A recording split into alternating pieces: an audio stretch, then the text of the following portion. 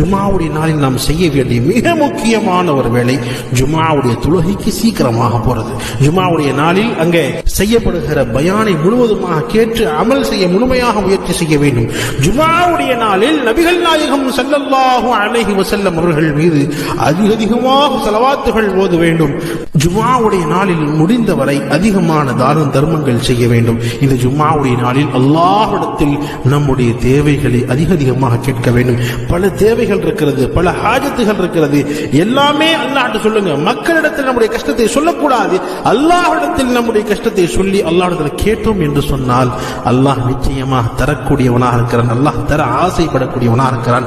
அல்லாஹ் வாரி வழங்கக்கூடியவனாக இருக்கிறான். எனவே நிச்சயமாக இந்த ஜும்ஆவுடைய நாளில் அதிகமாக அல்லாஹ்விடத்தில் துஆ செய்து நம்முடைய தேவைகளை அல்லாஹ்விடத்தில் சொல்லி பெறக்கூடிய முஸ்லிம்களாக அல்லாஹ் நம்மை ஆக்கியல்வானாக. ஜும்ஆவுடைய முழு கண்ணியத்தையும் சரியாக பேணி ஜும்ஆவுடைய நாளில் அதிகமாக அமல்கள் செய்து அந்த அமலை அல்லாஹ் ஏற்றுக்கொள்வானாக. ஆமீன்.